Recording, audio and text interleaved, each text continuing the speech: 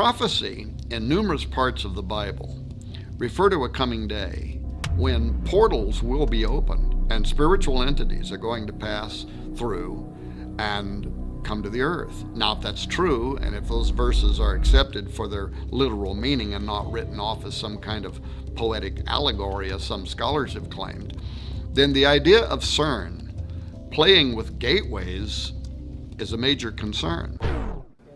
This is Houston. Say again, please? And if, as CERN claims, they're only out to explore space, time, matter, particles, and the origin of our known universe and planets from exclusively a scientific or Darwinian-related perspective, if their agenda is unrelated to Bible prophecy entirely, then what is it with all this mystical symbolism that they knowingly are associating themselves with? Wouldn't it be more appropriate for them just to proudly display a polished statue of a particle or some artist depiction of the Big Bang instead of the statue of Shiva? For those who have not yet heard about this controversial piece of art that CERN proudly exhibits between buildings 39 and 40 near the main building of their operation, it stands as really the most visible and celebrated imagery behind their work, Shiva. This is the Hindu god of destruction.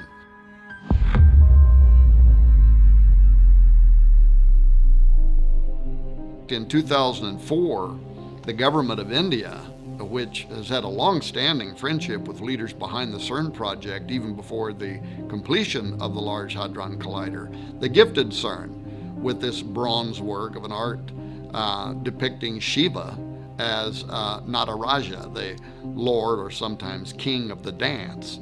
This dance that Shiva performs in the sculpture is the one that provides the source of the creation cycle in Hindu mythology, the preservation of all life in existence and the termination of all life in existence.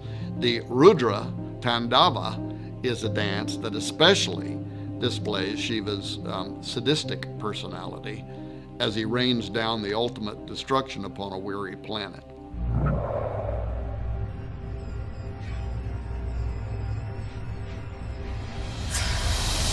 The plaque at the side beside the statue, however, reads in part, "Hundreds of years ago, Indian artists created visual images of dancing Shivas in a beautiful series of bronzes.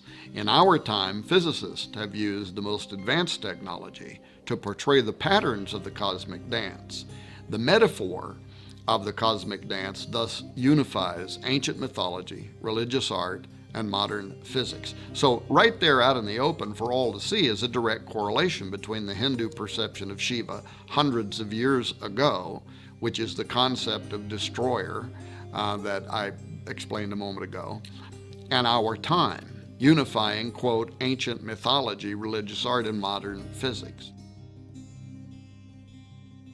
Additionally, and perhaps even more important, there's a significant section of CERN that is built upon the St. Genus Poili, which is a commune in Ain, a department of France. In Roman times, the St. Genus Poili was called Apaliacum, but the town and a temple were dedicated there in ancient times to Apollyon, the destroyer, the Shiva Horus, if you will. Apollyon is also the angel of the bottomless pit, referred to in Revelation 9:11.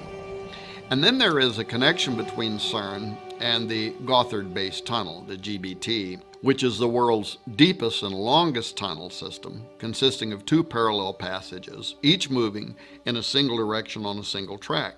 The GBT passes directly beneath St. Gotthard's Pass, a strategic north-south corridor that connects northern and southern Switzerland. The connection to the Large Hadron Collider has to be made primarily because of the bizarre opening ceremony that was live streamed to the entire world on June 1, 2016, that included this highly occult, demonic dance with characterization, beginning with a call to unite the religions of the world by conducting an interfaith blessing of the tunnel beside a statue of St. Barbara, the patron saint of miners. Following the blessing at the statue of St. Barbara, the press, along with visiting dignitaries, also paid tribute to the 9 miners who had lost their lives during construction of the tunnel. Bodillo's southern portal provided the visiting dignitaries a disturbing parade, really, of miners, erotic dancers, zombies, fallen angels, all of whom were obeying the call of what they called the shepherd, whose yodels invoked the appearance of the event's infernal master of ceremonies, a goat man, portrayed by a young and energetic dancing male. This creature is shown with a Baphomet headdress, a goat demon's head, if you will, and a goat body costume with a hairy pelt, and then it had a formal tuxedo over the top. The imagery was heavily evocative of the German and Bavarian Christmas demon known as Krampus. Now, according to tradition, Krampus accompanies St. Nicholas on his midwinter rounds with the intent to steal boys and girls, putting them into a basket carried on his back, or he may decide to beat them with branches for being naughty. Maurice Bruce published a book on pre-Christian Alpine traditions in 1958, and he had this to say about the half-goat, half-demon entity. There seems to be little doubt as to the true identity, for in no other form is the full regalia of the horned god of the witches so well preserved. The birch, apart from its phallic significance, may have a connection with the initiation rites of certain witch covens, rites which entailed binding and scourging as a form of mock death. The chains could have been introduced in a Christian attempt to bind the devil, but again, they could be a remnant of pagan initiation rites. Many show the goat man in formal dress and a tuxedo-style cutaway formal coat and trousers, but with his usual horned goat face and always with his tongue extended. Now, this tongue out pose seems to be popular with ancient gods, whether they're Mayan, Hindu, Babylonian, Egyptian, Greek, or even British. For some reason, the coat of arms from the Prince of Wales supports both a lion and a unicorn with their tongues extended, for instance. More than likely, this tongue position represents sex magic, fornicating with fallen angels. The ancient symbol of the horned god, referenced by Maureen Bruce in the quote that I made a moment ago, it allows us to connect our goat demon from the opening ceremony at the GBT to CERN. Despite the fact that the Large Hadron Collider sits 3 to 4 hours down a twisty road from the location, the horned god's circular logic and passion for human depravity, Hernunos as is sometimes called, or Cernunnos, or the Green Man of British lore, simply had to make an appearance at this occult ceremony. Josh Peck and I and many other researchers have written extensively regarding the in-game plans for tunneling beneath the earth and smashing atoms to smithereens as nothing more than a thinly veiled attempt to open portals. But the opening ceremony at Gotthard made it clear that these portals are intended to do something else, and that is to release demonic entities. The twin tunnels of the Gotthard base tunnel commence with twin portals on a single track. These northward and southward journeys symbolize the death, birth, death cycle of the Green Man, who dies in the fall and winter and rises in the spring, summer. The tunnel ceremony was all about sex rites and rebirth, leading to a new world order that's a complete reversal of the Judeo-Christian design. This included the triple goddess and the horned god, along with human sacrifice and a return to pagan worship, all of which lie at the center of this nauseating ritual play, which you can probably still watch on YouTube. Dancers dressed as miners climbed this rock face, and they dug into the earth, so to speak, to unveil what was beneath the earth, a great machine formed from human arms that rotated and churned into various shapes and design, many of which resembled the Large Hadron Collider at CERN. Once this opening was achieved, the miners stripped off their orange jumpsuit attire and took up arms. That is, they used staves to perform a dance routine that looked like warfare. It was this forensic dance that aroused a giant. So clearly, the endeavor connected to CERN is far more than Switzerland's braggadocio about an engineering feat. The connection between CERN and ritualistic summoning of a sleeping giant, the horned god of Cernunnos, or even Melkart.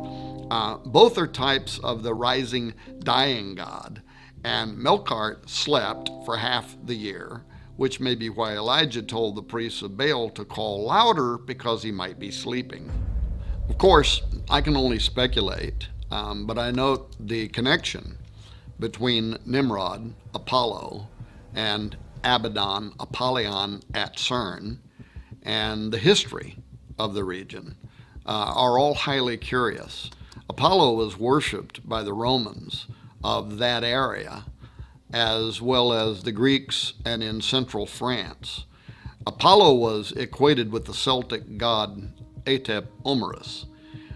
These two characters were combined to create Apollo Atep Omerus, which can be translated as great horseman or possessing a great horse. In the Celtic belief, horses were closely related to the sun.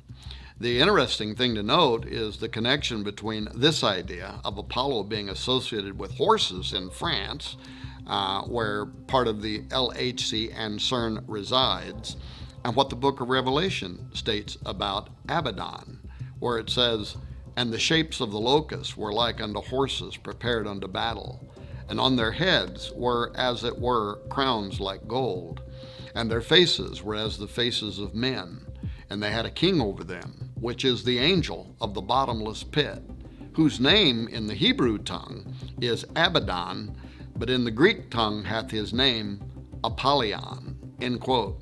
I also note that Revelation chapter 9, after describing how these devil worshippers will be judged during the Great Tribulation period, it ends in verse 21 saying, "Neither repented they of their murders, nor of their sorceries," which is the Greek pharmakia, "nor of their fornication, nor of their thefts." Now, pharmakia is the word that describes the ancient occultic effort to use mind-expanding drugs during rituals in order to open a doorway for making contact with unseen supernatural entities. So, given these descriptions, is it possible that CERN will have something to do with the opening of the bottomless pit described in Revelation 9?